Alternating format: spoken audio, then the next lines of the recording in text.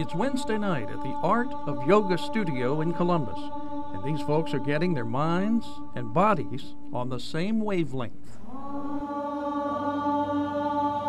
It's a warm-up, if you'll pardon the expression, for what's known as hot yoga. Hot because the heat is jacked up to 90 degrees.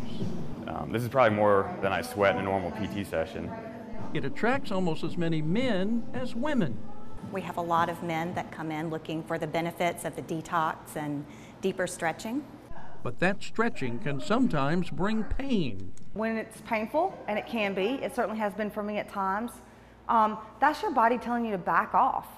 Good advice, especially for men who seem to run a higher risk of injury simply because they are less flexible than women.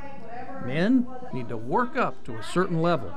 If you try to get into a position that you're not ready for, you might injure yourself because you should really build up to a flexibility and strength. Sadly, that doesn't work for everyone. It certainly didn't for Michael Conti. A scary incident in a yoga class in Connecticut has altered his life forever. Thought maybe I tweaked my knee or something, and then it turned out to be much more serious than just a meniscus problem. It turned out to be nerve damage. After reading The Science of Yoga, the Risks and the Rewards, Michael wrote to its author, William Broad. That letter became a turning point. I slapped myself on the forehead. I can remember doing this and thinking, wow, like the most of the letters I'm getting about serious injuries have been from guys. Broad investigated federal data on ER visits for yoga-related injuries. Although men made up only 16% of his study, they accounted for 20% of the strains, 24% of the dislocations, 30% of the fractures, and a whopping 71% of nerve damage injuries linked to yoga. By contrast, women only accounted for the vast majority of fainting episodes.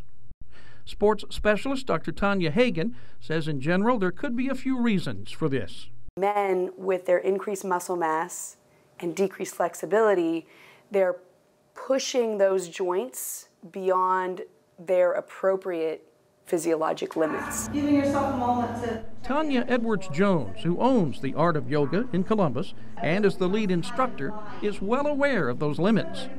The body naturally reacts to pain by tightening and stiffening up around it. And everybody knows they're not in yoga class to tighten up, right? So there's sensation before pain, and that's what we're looking for. We're looking to ride really what I call the edge. As she puts it, yoga is not designed for the no pain, no gain crowd. Her students say it's not discomfort they feel. Quite often, it's exhaustion. I'm going to sleep very well tonight. After one of these, I usually go home and drink about 2 gallons of water and pass out. In Columbus, Chuck Leonard, Fox 54 News at 10.